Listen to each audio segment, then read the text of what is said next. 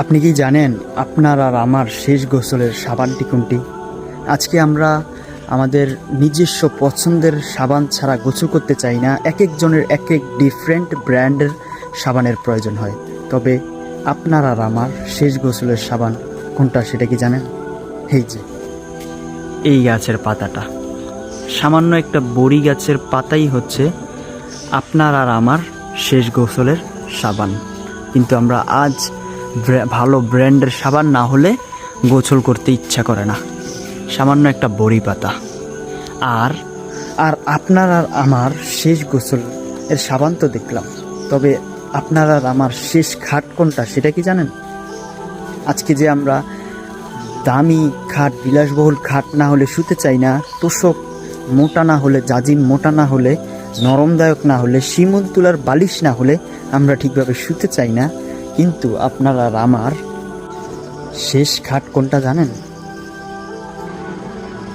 এই যে এটাই হচ্ছে আপনার আর আমার শেষ খাট, যেটা দিয়ে আমাদেরকে আমাদের বাড়ি থেকে কবরস্থান পর্যন্ত নিয়ে যাওয়া হবে।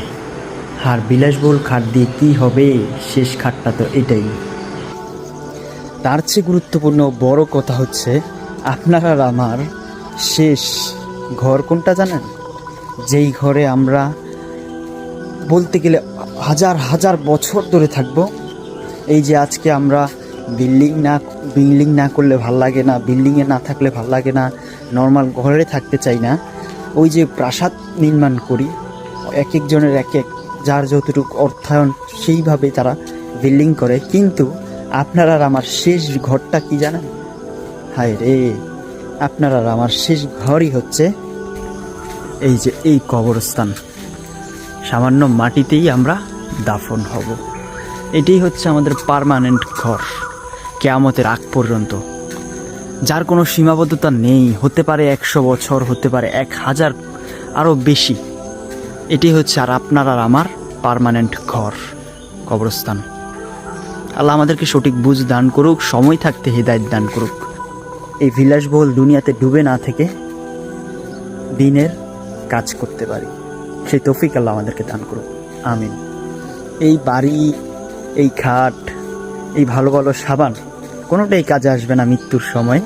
শুধু এই নর্মাল এই বড়ি পাতা, কবরস্থান আর হচ্ছে মসজিদে থাকা সেই খাটিয়াটাই কাজে। সামান্য এই 3টা জিনিসই আমাদের বাহন, সাবান এবং কি চিরস্থায়ী ঘরে রূপান্তর হবে।